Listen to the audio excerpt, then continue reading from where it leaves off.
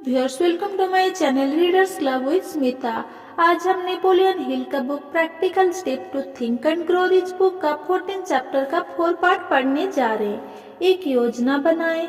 योजना बनाने के बाद वही हिसाब से काम करें। बायोडाटा बनाएं। अपने पद को साझेदारी के रूप में देखें। अगर आप अपने सेवाएं बेचने जा रहे हैं तो सबसे अच्छा यही रहेगा कि आप अपनी नौकरी या पद को एक साझेदारी के रूप में देखें जिसमें आप और आपका नियोक्ता सहकर्मी है, ताकि ग्राहक की आवश्यकताएं पूरी हो सके। अतीत में नियोक्ताओं और कर्मचारियों ने एक दूसरे के साथ डटकर सौदेबाजी की है। उन्होंने इस बात पर विचार ही नहीं किया कि अंतिम विश्लेषण में वे दरअसल तीसरे पक्ष की कीमत पर सौदेबाजी कर रहे थे, उन ग्राहकों की जिनकी वे सेवा कर रहे थे।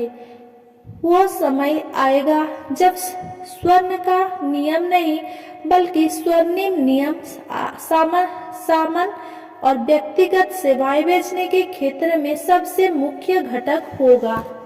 भविष्य में नियोक्ता और कर्मचारी दोनों ही यह बात पहचान जाएंगे कि वे जिनकी सेवा करते हैं उनकी कीमत पर सौदेबाजी करने का उन्हें कोई अधिकार नहीं है।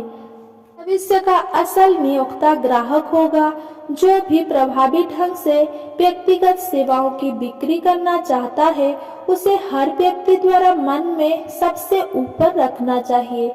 शिष्टाचार और सेवा आज व्यापार के लोकप्रिय शब्द है और वे उस आदमी पर लागू होते हैं जो व्यक्तिगत सेवाओं की मार्केटिंग कर रहा है, बजाय उस नियोक्ता के जिसकी वह सेवा कर रहा है। इसका कारण यह है कि अंतिम विश्लेषण में नियोक्ता और उसका कर्मचारी दोनों ही ग्राहकों द्वारा नियुक्त है जिनकी वे सेवा कर रहे हैं। अगर वे अच्छी तरह सेवा करने में कामयाब नहीं होते हैं तो उन्हें सेवा करने का मौका नहीं दिया जाएगा। कल के हासिल करने वाले की जगह आज के देने वाले ने हथिया ली है। जो सेवा प्रदान करने वाला सबसे ज्यादा मूल्य देता है वो सबसे ज्यादा मांग में रहता है और प्रदत्त सेवाओं के लिए सबसे ज्यादा भुगतान आकर्षित करता है। आपकी QQS रेटिंग जानें। अपनी व्यक्तिगत सेवाएं बेचना आपकी जिम्मेदारी है। प्रदत्त सेवा की गुणवत्ता, मात्रा और कीमत ही काफी हद तक रोजगार की कीमत और अवधि तय करती है। व्यक्तिगत सेवाओं को ज्यादा कारगर तरीके से बेचने के लिए इसका अर्थ है एक स्थायी बाजार, एक संतोषजनक भाव, सुखद स्थितियां। इंसान को QQS फॉर्मूला को लागू करना चाहिए और उसका अनुसरण करना चाहिए, जिसका अर्थ है गुणवत्ता, मात्रा, धन, सहयोग का उचित भाव इक्वल टू सेवा की आदर्श मार्केटिंग। QQS फॉर्मूला को याद रखें, लेकिन और ज्यादा करें माइनस इसकी आदत डाल ले। आइए इसका मतलब समझने के लिए फॉर्मूला का विश्लेषण करें। सेवा की गुणवत्ता का अर्थ है अपने पद के संदर्भ में हर विवरण का सबसे कार्यकुशल संभव अंदाज में प्रदर्शन, जबकि मन में हमेशा ज्यादा कार्यकुशलता का उद्देश्य हो। सेवा की मात्रा का अर्थ होगा अपनी क्षमता के मुताबिक 100% और हर समय सेवा प्रदान करने की आदत। इसका उद्देश्य यह होगा कि जब अभ्यास और अनुभव से ज्यादा दक्षता प्राप्त होती है तो सेवा की मात्रा बढ़ जाए। जोर एक बार फिर आदत शब्द पर दिया जा सक रहा है। सेवा भाव का अर्थ सुखद, सौहार्दपूर्ण व्यवहार की आदत है, जिससे सहयोगियों और साथी कर्मचारियों का सहयोग प्रेरित हो। अपनी सेवाओं के लिए स्थायी बाजार कायम रखने के लिए सेवा की गुणवत्ता और मात्रा होना ही काफी नहीं है। आप जिस व्यवहार या भाव के साथ अपने सेवा प्रदान करते हैं वो इस संदर्भ में बहुत महत्वपूर्ण घटक कि आपको नौकरी से कितना वेतन मिलता है और यह कितने समय तक कायम रहती है। QQS फॉर्मूला गुणवत्ता प्लस मात्रा प्लस सहयोग का भाव इक्वल टू सेवा की आदर्श मार्केटिंग। एंड्रयू कार्नेगी ने इस बिंदु पर बहुत जोर दिया था। उन्होंने बताया कि व्यक्तिगत सेवाओं की मार्केटिंग में सफलता की तरफ ले जाने वाले तत्वों में यह सबसे महत्वपूर्ण तत्व है। उन्होंने सौहार्दपूर्ण व्यवहार की आवश्यकता पर बार बार जोर दिया है। उन्होंने इस तथ्य पर जोर दिया कि वे कभी किसी ऐसे आदमी को नौकरी पर नहीं रखेंगे जो सौहार्द और सहयोग की भावना से काम ना कर सकता हो, चाहे उसके काम की गुणवत्ता कितनी ही प्रभावी हो और चाहे उसके काम की मात्रा कितनी ही अधिक क्यों ना हो। कार्नेगी लोगों के खुशनुमा होने पर बहुत जोर देते थे। ये गुण कितना महत्वपूर्ण है, ये साबित करने के लिए उन्होंने अपने मानदंड पर खरे उतरने वाले कई लोगों की बहुत अमीर बनने में मदद की। जो लोग खरे नहीं उतर पाए, उन्हें अपनी जगह दूसरे के लिए खाली करनी पड़ी। सुखद व्यक्तिगत के महत्व को इसीलिए रेखांकित किया गया है क्योंकि इसी तत्व के कारण आप सेवा को सही भाव से कर पाते हैं। अगर आपका व्यक्तिगत सुखद है और आप सौहार्द और सद्भाव की भावना से सेवा देते हैं तो ये गुण प्राय सेवा की गुणवत्ता और मात्रा की कीमत की भरपाई कर देते हैं। लेकिन कोई भी चीज सुखद व्यवहार की जगह नहीं ले सकती। ज्यादा कमाने के लिए ज्यादा मूल्यवान बने। जब आप व्यक्तिगत सेवाएं बेचते हैं तो आप व्यवहार के ठीक उन्हीं नियमों के अधीन है जिनके अधीन कोई सामान बेचने वाला व्यापारी होता है।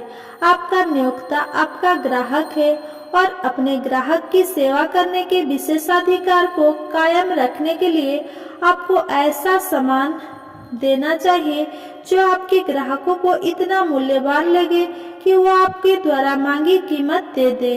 अगर आपकी QQS रेटिंग से आपका भुगतान वाजिब साबित नहीं होता तो आप उस कंपनी में बहुत ज्यादा समय तक नहीं टिक पाएंगे।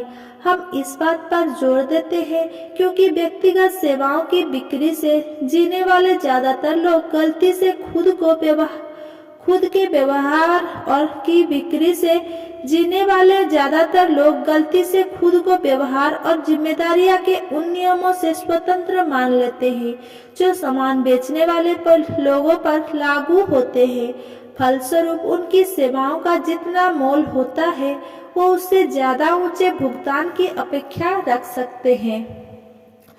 वेतन वृद्धि के लिए सौदेबाजी शुरू करने से पहले, कहीं और नौकरी की तलाश करने से पहले या अपनी सेवाओं की कीमत तय करने से पहले यह सुनिश्चित करें कि आप जिस भुगतान की अपेक्षा करते हैं आप कोई उतनी मूल्यवान चीज दे रहे हैं। पैसा चाहना एक चीज है, हर व्यक्ति ज्यादा चाहता है, लेकिन ज्यादा मूल्यवान होना बिल्कुल ही अलग चीज है। कई लोग अपनी इच्छाओं का अपना वाजिब हक मानने की गलती कर बैठते हैं। आपकी व्यक्तिगत आवश्यकताओं या इच्छाओं का आपके मूल्य से कोई लेना देना नहीं है। आपका मूल्य तो पूरी तरह इस बात से स्थापित होता है कि आप दूसरों को कितनी उपयोगी सेवा देने में योग्य हैं या दूसरे लोगों को ऐसी सेवा करने के लिए प्रेरित करने की आप में कितनी क्षमता है। इस मामले में अज्ञान की पराकाष्ठा एक युवक ने प्रदर्शित की जिसने एक पद के लिए एक जानी मानी कंपनी के मैनेजर के पास आवेदन किया। उसने बहुत अच्छी छाप छोड़ी जब तक कि मैनेजर ने उससे यह नहीं पूछा कि उसे कितनी तनख्वाह की उम्मीद है। उसने जवाब दिया कि उसके दिमाग में कोई निश्चित राशि नहीं है, निश्चित लक्ष्य का अभाव। इस पर मैनेजर ने कहा, जब हम आपको एक सप्ताह तक आजमा लेंगे तो आपका जितना मूल्य होगा हम आपको उतना भुगतान देंगे। मैं इसे स्वीकार नहीं करूंगा। आवेदक ने जवाब दिया, क्योंकि इस वक्त मैं जहां नौकरी कर रहा हूं वहां मुझे अपने मूल्य से ज्यादा वेतन मिल रहा है।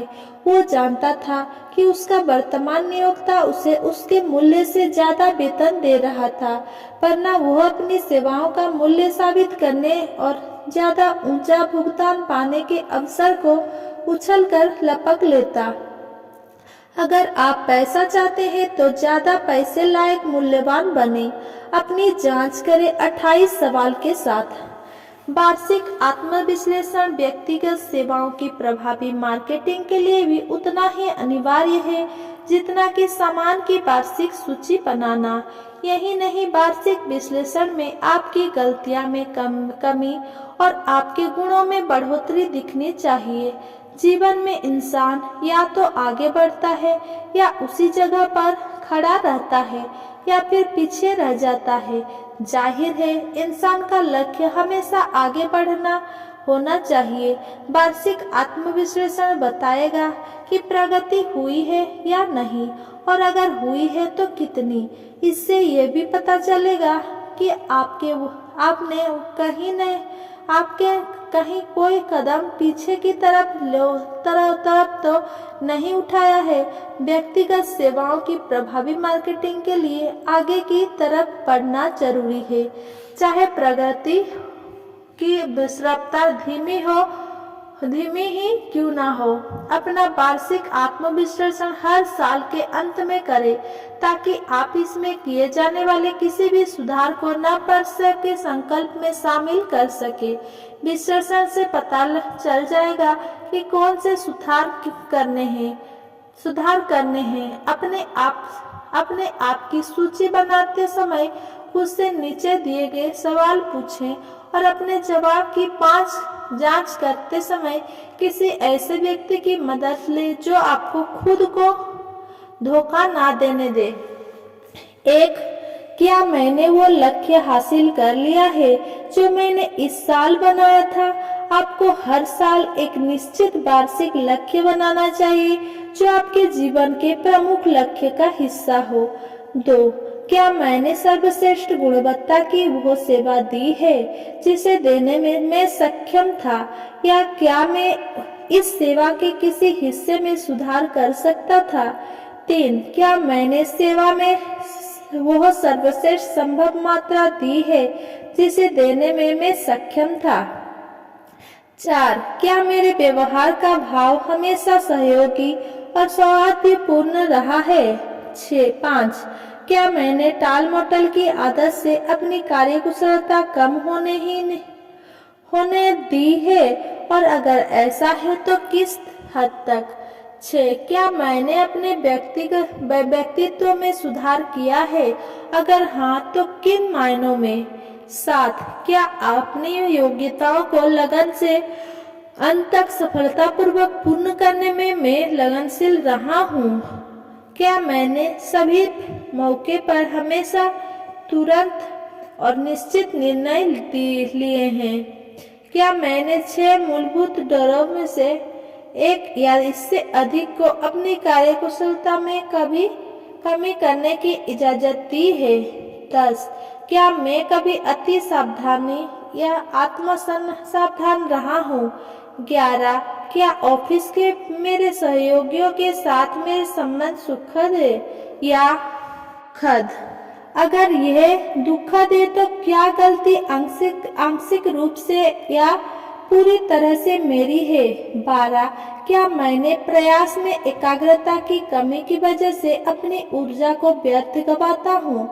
13. क्या मैं सभी विषयों में खुले दिमाग का और सहिष्णु रहा हूँ? 14. मैंने सेवा देने की अपनी योग्यता में किसी तरह सुधार किया है? 15. क्या मैंने अपनी नौकरी आदत में असंयम का परिचय दिया है? रिसीव नहीं किए, रास्ते में है क्या? नहीं, रिसीव नहीं करे, लग रहा है आ रहे रास्ते में होंगे।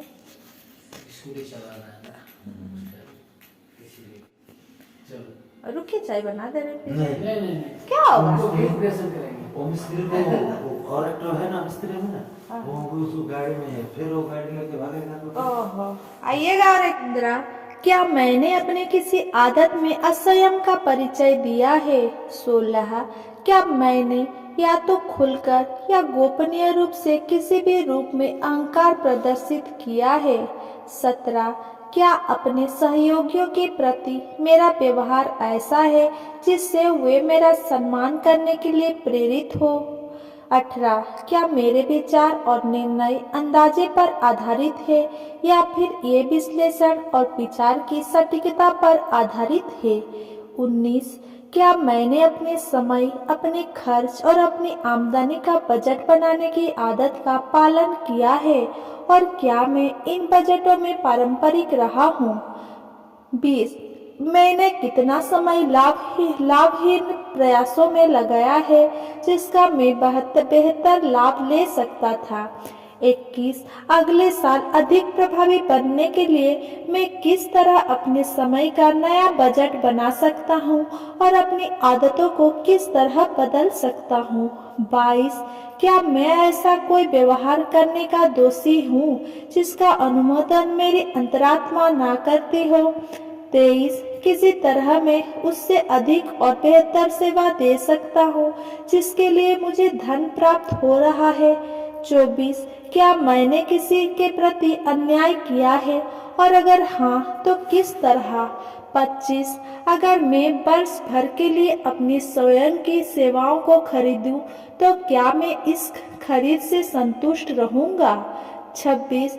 क्या मैं सही व्यवसाय में हूँ और अगर नहीं तो क्यों? 27. क्या मेरी सेवाओं का खरीदार मेरे द्वारा की गई सेवा से संतुष्ट है और अगर नहीं तो क्यों? 28. सफलता के मूलभूत सिद्धांतों पर मेरी वर्तमान रेटिंग क्या है? इस रेटिंग को ईमानदारी और स्पष्टता से तय करें और इसकी जांच किसी ऐसे व्यक्ति से कराएं जिसमें सटीक जांच करने का साहस हो। व्यक्तिगत सेवाओं की प्रभावी मार्केटिंग के लिए इंसान का आगे बढ़ते रहना जरूरी है, भले ही प्रगति धीमी हो। यहाँ दी जा रही जानकारी को अच्छी तरह समझना और पूरी तरह आत्मसात करना स्वयं की सेवाओं की बिक्री करने में सहायक होगा।